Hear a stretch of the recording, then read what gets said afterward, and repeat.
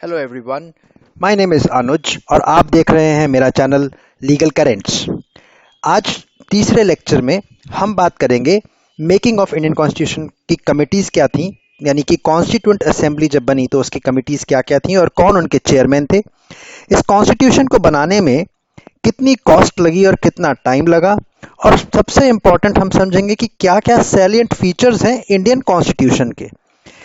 और ये होगा आज का हमारा वीडियो। और पिछले वीडियो में हमने क्या क्या समझा है, जिसका लिंक आपको डिस्क्रिप्शन में मिल सकता है, जिसमें मीनिंग, नीड, एसेंशियल्स और सोर्सेज ऑफ इंडियन कॉन्स्टिट्यूशन में के बारे में बताया गया था। प्री कॉन्स्टिट्यूशन पीरियड के बारे में बताया गया था। कॉन्स्टिट्यूंट असेंबली की डिमांड कैसे आई, कब आई, किसने करी, कॉन्स्टिट्यूंट असेंबली की वर्किंग कैसी थी, कॉन्स्टिट्यूशन का एनफोर्समेंट और एनैक्टमेंट कब हुआ, और ड्राफ्टिंग कमेटी जो थी कॉन्स्टिट्यूशन की, उसमें कौन कौन मेंबर थे। 7 मेंबर्स कमेटी थी हेडेड बाय बी.आर. अम्बेडकर। तो ये वीडियोस आप मेरे पिछले वीडियोस हैं जिनका चैनल में लिंक दे रखा है, आप उनको फॉलो कर सकते हैं। चलिए शुरू करते हैं आज का वीडियो। समझते हैं कमिटीज ऑफ कॉन्स्टिट्यूएंट असेंबली। तो कॉन्स्टिट्यूएंट असेंबली जब बनी तो ड्राफ्टिंग कमेटी के 7 मेंबर्स थे जिनके चेयरमैन थे बी.आर. अम्बेडकर। ये मैंने पहले भी बताया है। अब क्योंकि कॉन्स्टिट्यूशन बनाना अपने आप में एक बहुत बड़ा काम था और इतना बड़ा काम करने के लिए कुछ छोटी छोटी कमिटीज बनाई जाएंगी और हर कमेटी को एक काम दिया जाएगा और उससे तब जाके पूरा एक कॉन्स्टिट्यूशन बनेगा।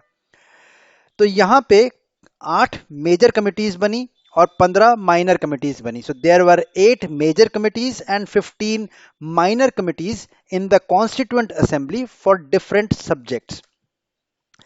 अब समझते हैं कि 8 मेजर कमिटीज कौन सी थी और उनके चेयरमैन कौन थे।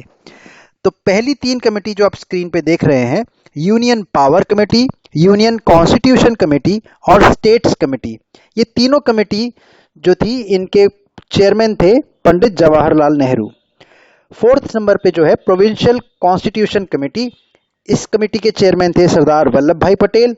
ड्राफ्टिंग कमेटी जिसके 7 मेंबर्स थे और इसके चेयरमैन थे B R. Ambedkar, doctor B R. Ambedkar. इसके साथ ही 6ठे नंबर पे अगर आप देखेंगे तो एडवाइजरी कमेटी थी जिसके चेयरमैन थे सरदार वल्लभ भाई पटेल। और एडवाइजरी कमेटी के अंडर ही 4 कमिटीज और बनी हुई थी छोटे छोटे काम को देखने के लिए, जैसे कि fundamental rights committee, minorities sub committee, north east frontier tribal areas and Assam committee, excluded and partially excluded areas committee. और इन चारों ही कमिटीज के लिए, इन चारों ही सब कमिटीज के लिए अलग अलग चेयरमैन थे। जैसे फंडामेंटल राइट्स कमेटी के चेयरमैन थे J B. Kripalani, minorities sub committee के चेयरमैन थे H C. Mukherjee, north east frontier tribal areas and Assam के चेयरमैन थे A V. Thakkar, excluded and partially excluded areas committee जो थी इसके भी चेयरमैन ए.वी. ठक्कर ही थे।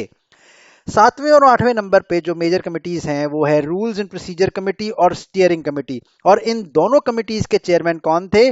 डॉक्टर राजेंद्र प्रसाद। तो ये थी 8 मेजर कमिटीज और इनके चेयरमैन। अब समझते हैं, जानते हैं कि इंडियन कॉन्स्टिट्यूशन को बनाने में कितना टाइम लगा और कितनी कॉस्ट इनकर हुई।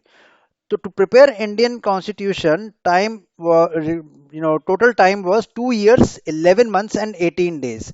और इस पूरे 2 साल 11 महीने 18 दिन में 11 सेशंस हुए थे टोटल 165 डेज में।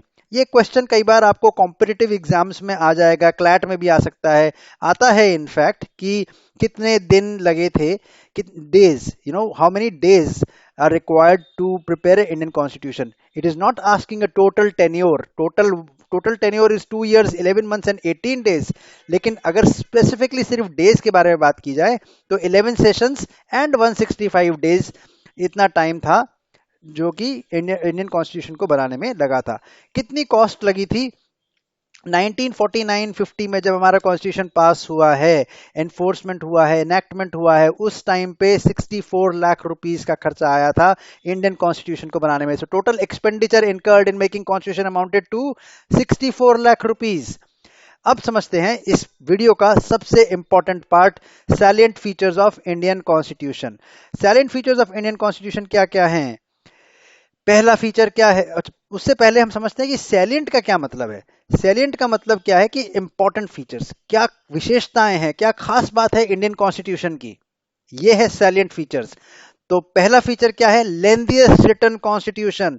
इसका मतलब कि पूरे ग्लोब में, globally it is the written constitution one and it is the lengthiest constitution, जिसमें हर बात को इलैबोरेट करके, डिटेल्ड करके और बहुत तरीके से सारी बातें समझाई गई हैं। ये है Indian constitution, lengthiest longest written constitution. और क्या क्या है इस कॉन्स्टिट्यूशन में? It consist of preamble, 470 articles, 25 parts and 12 schedules. ये आर्टिकल्स क्या होते हैं, पार्ट्स क्या होते हैं, शेड्यूल्स क्या होते हैं, ये मैं आपको अपने आने वाले वीडियोस में समझाऊंगा। बट फिलहाल के लिए हम इतना समझ लेते हैं कि हमारे कॉन्स्टिट्यूशन में एक प्रियम्बल है, 470 आर्टिकल्स हैं, 25 पार्ट्स हैं और 12 शेड्यूल्स हैं। ये हमारा पहला सैलिएंट फीचर्स है, पहला इंपॉर्टेंट फीचर है इंडियन कॉन्स्टिट्यूशन का। चलते हैं दूसरे फीचर पे, वो है drawn from various sources.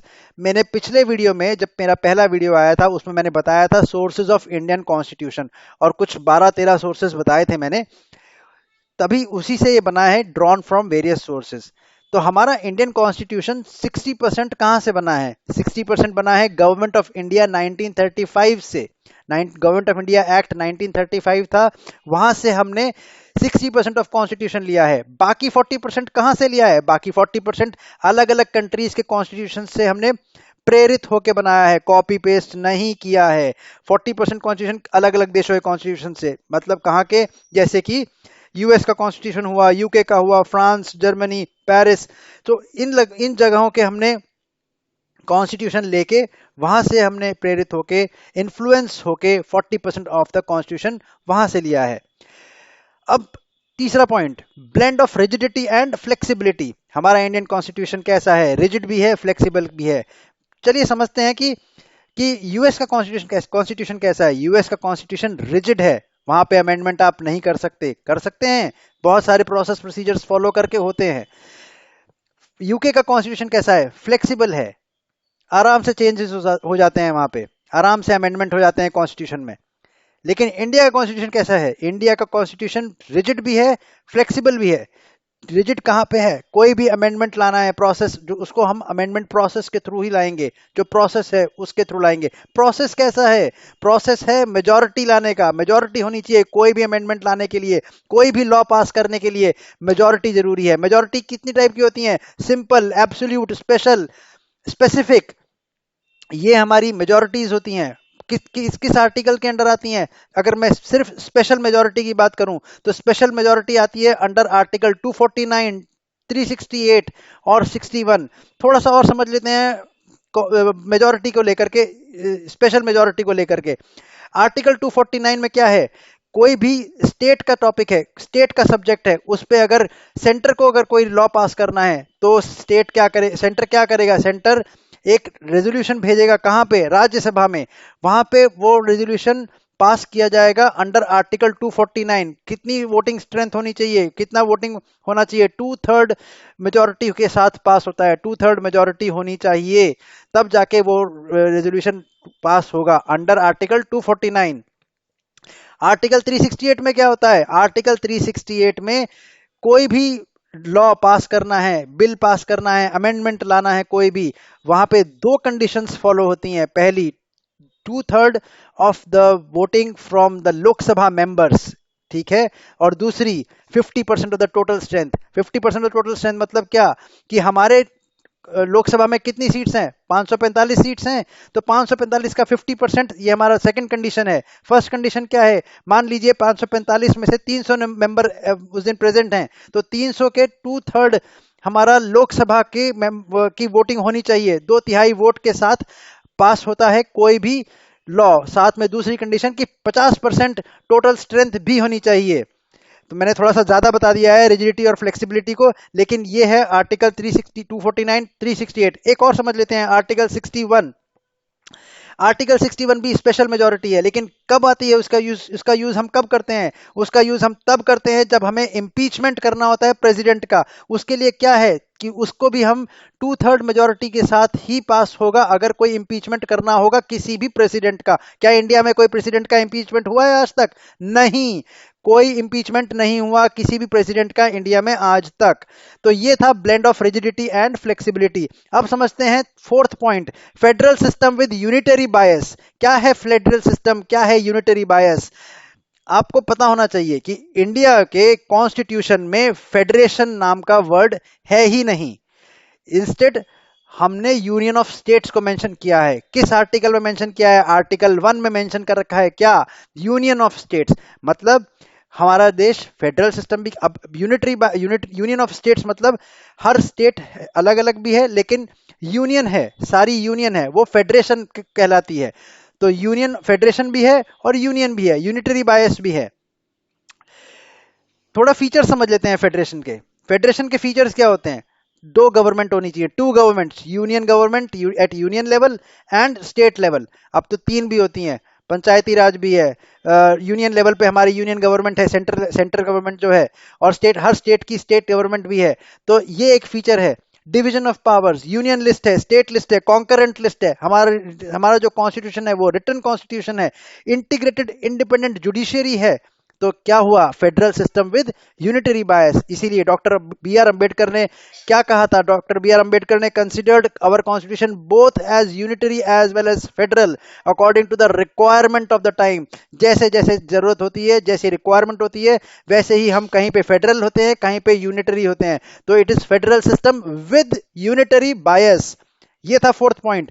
Fifth point समझते हैं, पार्लियामेंट्री फॉर्म ऑफ गवर्नमेंट। क्या मतलब है पार्लियामेंट्री फॉर्म ऑफ गवर्नमेंट का? पार्लियामेंट्री फॉर्म ऑफ गवर्नमेंट कि इंडियन कॉन्स्टिट्यूशन या इंडिया ने किस फॉर्म को, किस पार्लियामेंट्री सिस्टम को अडॉप्ट किया था? ब्रिटिश पार्लियामेंट्री सिस्टम को अडॉप्ट किया था। फॉलो करते हैं किसको? India follows British parliamentary system.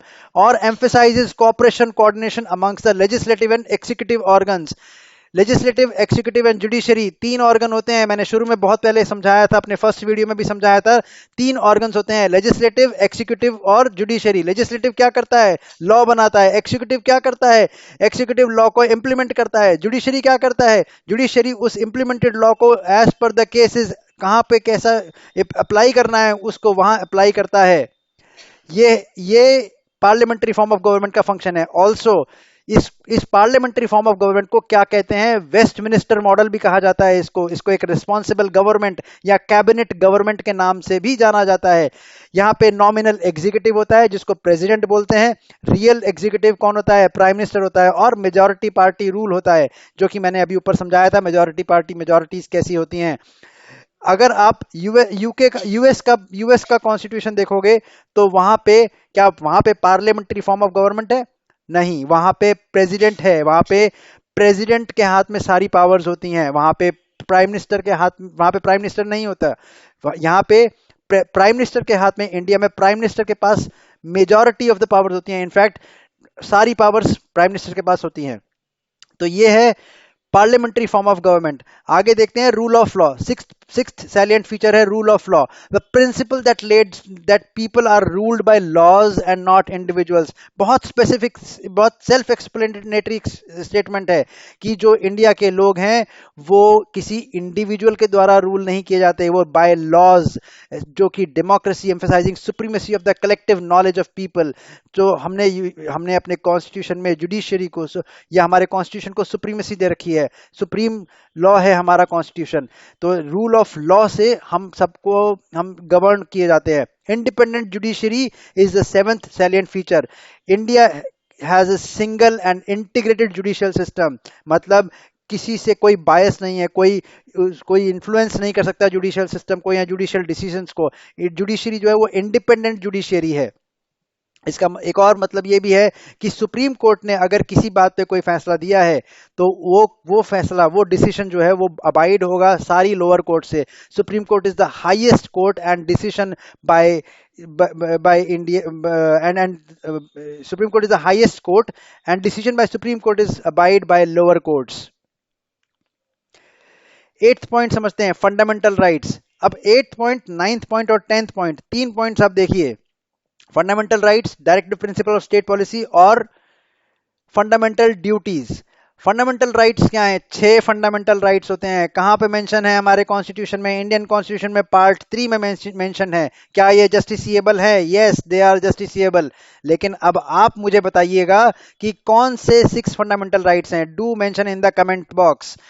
Okay, directive principle of state policy, directive principle of state policy part 4 में मेंशन है इंडियन कॉन्स्टिट्यूशन के। क्या ये जस्टिसिएबल है? नहीं, ये नॉन जस्टिसिएबल हैं। ये बैलेंस क्रिएट करती हैं किस में? फंडामेंटल राइट्स और डीपीएसपी में बैलेंस क्रिएट करके चलते हैं।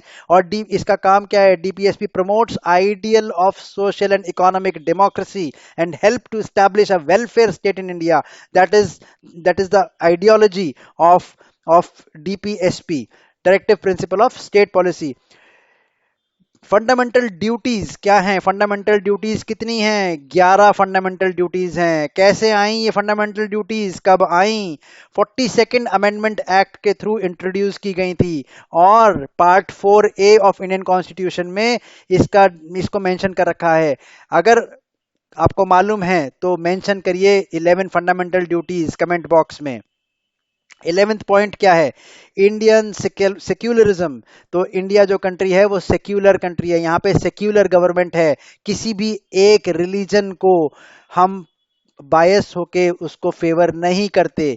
We follow equal treatment, implies equal treatment and protection for all the religion. कोई एक रिलीजन को हम फॉलो नहीं करते या कोई उसको फेवर, स्पेशल फेवर नहीं करते। That is about secularism. Universal adult franchise, ये क्या होता है? यूनिवर्सल एडल्ट फ्रेंचाइज, ये 1 पर्सन 1 वोट। आप अगर आपका जहां रहते हैं, जिस स्टेट के आप नागरिक हैं, उसी स्टेट में आप वोट देंगे। आप मल्टीपल जगह पे अपने वोट नहीं दे सकते, पहला। और दूसरा पॉइंट ये कि सबको मालूम है कि 18 साल कब हम वोट कब दे सकते हैं? As soon as we complete our 18 years of age हम वोटिंग राइट एक्वायर कर लेते हैं और पॉलिटिकल इक्वालिटी के लिए हमें वोट देना होता है। हम अपने वोटिंग राइट्स को एंटरटेन करते हैं। सिंगल सिटीजनशिप, इंडिया में सिंगल सिटीजनशिप है। आप चाहे किसी भी स्टेट में रहते हैं, चाहे राजस्थान में रहते हैं, कर्नाटका में रहते हैं, चेन्नई में रहते हैं, कहीं भी रहते हैं, लेकिन आप कहलाते हैं इंडियन है। लेकिन अगर आप यूएस में जाएंगे तो US in contrast federal state like USA, तो वो वहां पे फेडरल स्टेट, क्योंकि वहां पे हर स्टेट की अलग सिटीजनशिप हो जाती है, इसीलिए यहाँ पे कहा गया है सिंगल सिटीजनशिप। और ये एक स्पेशल फीचर है, सैलिएंट फीचर है इंडियन कॉन्स्टिट्यूशन का। So every citizen irrespective of their place of birth और रेसिडेंस होल्ड्स सिंगल सिटीजनशिप। क्या होती है सिटीजनशिप? नागरिकता। ठीक है जी, आगे बढ़ते हैं। लास्ट पॉइंट है इमरजेंसी प्रोविजन। इमरजेंसी प्रोविजन कितने टाइप के हैं हमारे? 3 टाइप के इमरजेंसी प्रोविजन होते हैं। क्या क्या होते हैं? नेशनल इमरजेंसी, स्टेट इमरजेंसी और फाइनेंशियल इमरजेंसी। अब ये पॉइंट इमरजेंसी प्रोविजन एक स्पेशल फीचर क्यों है? ये इसलिए है क्योंकि कई बार कभी भी कोई स्टेट आके बोले कि नहीं, मेरे को तो इंडिया में नहीं रहना है। अगर फर्ज करो कोई बोलता है स्टेट इंडिया में आके नहीं रहना, इंडिया में नहीं रहना है, तो उसको डील करने के लिए, या कोई भी फाइनेंशियल क्राइसिस आ जाती हैं, तो उसको डील करने के लिए हमारे कॉन्स्टिट्यूशन में प्रोविजंस दिए गए हैं कि कैसे उस सिचुएशन को डील करना है, क्या करना है उस सिचुएशन पे। तो ये थे 14 salient features of Indian constitution. ये था आज का वीडियो। आई होप आपको पसंद आया होगा। और इन केस आपके कोई क्वेश्चंस हैं, प्लीज आप कमेंट बॉक्स में लिखिए। I will try and answer your queries. तो ये था आज का वीडियो जिसमें हमने समझा salient features of Indian Constitution, what all committees were there while in a constituent assembly while preparing for a constitution, क्या कॉस्ट लगी कॉन्स्टिट्यूशन को बनाने में, कितना टाइम लगा। आई होप आपको ये वीडियो पसंद आया होगा। और नेक्स्ट वीडियो में हम प्रीएम्बल के बारे में समझेंगे। What is preamble, what are the key elements of preamble, object, purpose और स्कोप क्या है प्रीएम्बल का, क्या प्रीएम्बल को अमेंड किया जा सकता है, और इससे रिलेटेड कुछ केस लॉज के बारे में भी हम समझेंगे। आई होप ये वीडियो आपको पसंद आया होगा। If you do like, then please like, subscribe, comment and share my video.